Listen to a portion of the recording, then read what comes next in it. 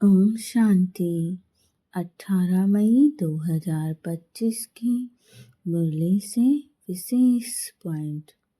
तो आइए जानते हैं आज बाबा ने अव्यक्त मुरली में क्या कहा है।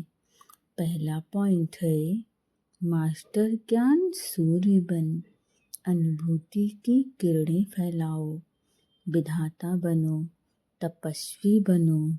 अर्थात बाप दादा सर्व बच्चों के भाग्य को देख रहे थे।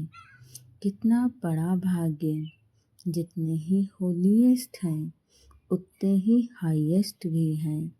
सारे कल्प में देखो, आप सबके भाग्य से ऊंचा भाग्य और किसी का नहीं है।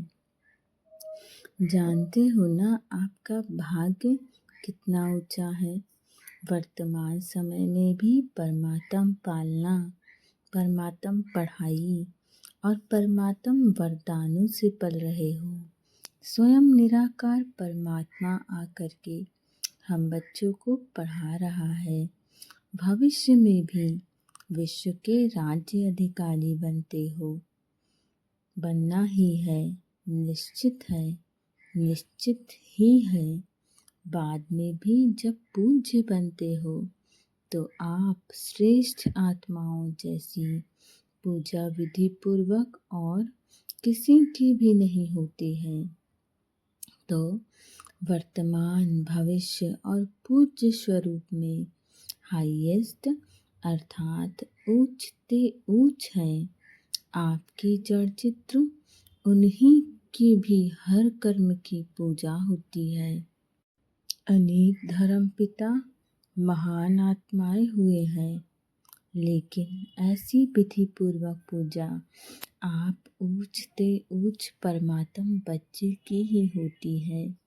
क्योंकि इस समय हर कर्म में कर्म योगी बन कर्म करने की विधि का फल पूजा भी विधि पूर्वक होती है। इस संगम समय के पुरुषार्थ की प्रारब्ध मिलती है।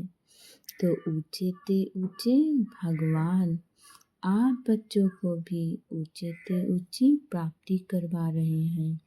इसलिए हमें बहुत खुश होना चाहिए कि स्वयं निराकार परमात्मा हमें मिला हुआ है। अपनी शक्ति की किरणें फैलाओ। सदैव संकल्प करते हुए ये संकल्प इमर्ज करो, मर्ज नहीं इमर्ज करो। मुझे करना ही है, बनना ही है, होना ही है, हुआ ही पड़ा है। इसको कहा जाता है निश्चय बुद्धि विजयंती। ड्रामा विजय का बना ही पड़ा है, सिर्फ रिपीट करना है। बना बनाया ड्रामा है, बना हुआ है, रिपीट करना है। मुश्किल है, कभी कभी मुश्किल हो जाता है। मुश्किल क्यों होता है? अपने आप ही सहज को मुश्किल कर देते हो। छोटी सी गलती कर देते हो। पता है कौन सी गलती करते हो? बाप दादा को उस समय बच्चों पर बहुत रहम हो। क्या कहें, प्यार आता है, क्या प्यार आता है। एक तरफ तो कहते हो कि बाप हमारे साथ कंबाइंड है, फिर साथ नहीं कंबाइंड है। तो कंबाइंड है, हमें पहले खुद ही चेक करना होगा कि हम कौन सी गलती करते हैं। हम बाबा को अपने साथ सहज अनुभव ही नहीं करते हैं। जब हम अपने आप बाबा को अपने साथ अनुभव करते हैं तो हम विधाता बच्चे बनते हैं। मास्टर ज्ञान सूर्य बन के बाबा की शक्तियों को अनुभव करके बाबा की शक्तियों की किरणें चारों तरफ फैलानी है। हम बच्चों को तपस्वी बनना है। अगला पॉइंट है, नॉलेजफुल स्थिति द्वारा परिस्थितियों को पार करने वाले अंगद समान अचल अडोल भव। अर्थात रावण राज्य की कोई भी परिस्थिति व व्यक्ति जरा भी संकल्प रूप में भी हिला न सके, ऐसा अचल अडोल भाव के वरदानी बनो। जीवन में सिचुएशन कैसी भी आए, परंतु आपके मन की स्थिति एक रस हो, आपके मन को कोई भी परिस्थिति प्रभावित न कर पाए। इस तरह अंगद के समान बनो, अचल अडोल भव के वरदानी बनो, क्योंकि कोई भी विघ्न गिराने के लिए नहीं, मजबूत बनाने के लिए आता है। नॉलेजफुल कभी पेपर को देखकर कंफ्यूज नहीं होते। माया किसी भी रूप में आ सकती है, लेकिन आप योग्य योगिनी जगा कर रखो, नॉलेजफुल स्थिति में रहो, तो सब विघ्न स्वतः समाप्त हो जाएंगे। आप अचल अडोल स्थिति में स्थित रहेंगे तो चाहे जो भी परिस्थिति आएगी आपको वो हिला नहीं पाएगी। और बाबा हमें यही तो बनाने आए हैं कि जीवन में चाहे जो परिस्थिति हो, परंतु आपकी स्थिति एक रस होनी चाहिए। क्योंकि कभी आपने देवी देवताओं को घबराते हुए देखा है? नहीं देखा है। तो बाबा भी तो हम बच्चों को देवी देवता ही बनाने आया है।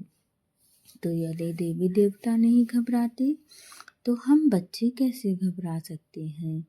परिस्थितियों को नॉलेजफुल बन के पार करो, तब जाके हम अंगद समान अचल अडोल बन पाएंगे। अगला पॉइंट है, शुद्ध संकल्प का खजा न जमा हो तो व्यर्थ संकल्पों में समय नहीं जाएगा। अर्थात हमारे पास जो भी संकल्प हो वो शुद्ध हो, विश्व कल्याण की कामना से जुड़े हुए हों। जब हम कोई भी संकल्प करें तो किसी भी आत्मा का उसमें अहित ना छिपा हो। जैसे बाबा हमें बहुत सारे सुंदर सुंदर संकल्प देते हैं, उसमें कहते हैं कि बच्चे विश्व कल्याणकारी आत्मा भव, मास्टर सर्वशक्तिमान भव, शांत स्वरूप आत्मा भव। तो हमें इन्हीं सारे संकल्पों को बार बार दोहराना है। जब हम इन विशेष संकल्पों को दोहराते हैं तो हमारे अंदर से जो भी व्यर्थ संकल्प हैं वो समाप्त हो जाते हैं, या फिर कहिए उन व्यर्थ संकल्पों को याद करने का समय ही नहीं रहता है। तो हम भला कैसे व्यर्थ संकल्पों को याद करेंगे। और दूसरी बात, जब आप उच्च संकल्प रखते हो तो आप इस संसार में एक मैसेज देते हो, इस संसार की पॉजिटिव चीज़ों को अपनी तरफ अट्रैक्ट करते हो। तो क्या आप इस संसार की नेगेटिव चीज़ों को अट्रैक्ट करना चाहोगे या पॉजिटिव? क्योंकि जब आपने पॉजिटिव संकल्प किया तो आप इस संसार की पॉजिटिव चीज़ों को अट्रैक्ट कर रहे हो, परंतु जब आप नेगेटिव संकल्प करते हो तो इस संसार की नेगेटिव चीज़ों को भी अट्रैक्ट करते हो। इसीलिए इन सभी व्यर्थ के चक्करों को छोड़ करके उच्च संकल्प का खजाना जमा करो। संकल्प आपके शुद्ध हों तो व्यर्थ अपने आप समाप्त हो जाएगा और आपका समय व्यर्थ में नहीं जाएगा। ओम शांति।